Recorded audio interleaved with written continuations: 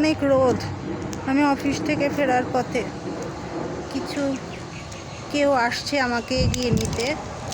দেখি তো ওরা কারা, একই রকম ড্রেস পরা।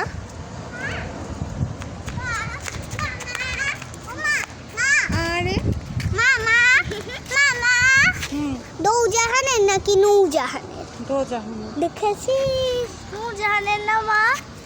দৌজাহান ওই যে আমার বোনের ঘরেতে দেখেছিলাম যে।